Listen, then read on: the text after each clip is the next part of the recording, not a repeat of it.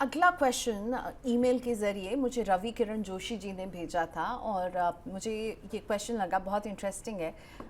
रवि जी ने बताया कि इनके 2 बच्चे हैं, बेटे की उम्र है 33 साल और बेटी की उम्र है 25 साल। मेरा बेटा दिव्यांग है, उसे डाउन सिंड्रोम है। ऐसे में अगर मैं HUF बनाता हूँ तो क्या मुझे बेटे को इसमें शामिल करना होगा? क्या HUF में सभी बच्चों को शामिल करना ज़रूरी होता है?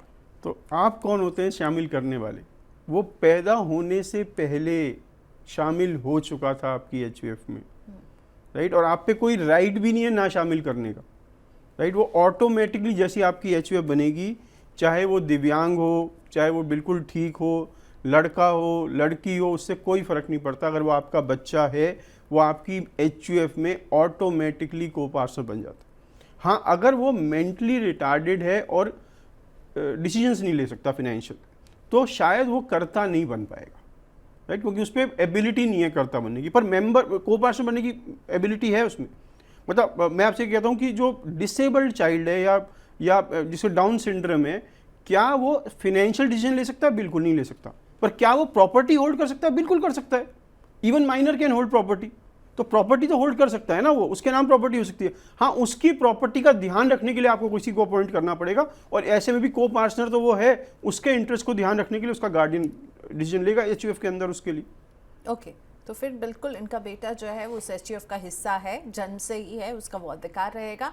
लेकिन यहाँ पर एक सवाल है कि क्योंकि वो एल्डेस्ट है, इनका जो बेटा है वो बड़ा है और बेटी छोटी है। अब इसमें अगर HUF के कर्ता को कुछ होता है और अगर ये एल्डेस्ट बच्चा है तब तो क्योंकि वो फाइनेंशियल डिसीजन मेकिंग लेने के काबिल नहीं है, वो डिसेबल्ड है, तो बेटी को चला जाएगा वो। ओके, ठीक है। चलिए, एक और बेटियों के बिहाफ पे सवाल हंसराज जी का मैं लेना चाहूँगी और ये पूछ रहे हैं कि अगर HUF में केवल बेटियां ही को पार्टनर हैं और बेटियों की भी बेटी है, यानी नातिन सबसे बड़ी है, एल्डेस्ट वाले रूल को अगर हम फॉलो करें, तो इस सिचुएशन में HUF कैसे काम करेगा?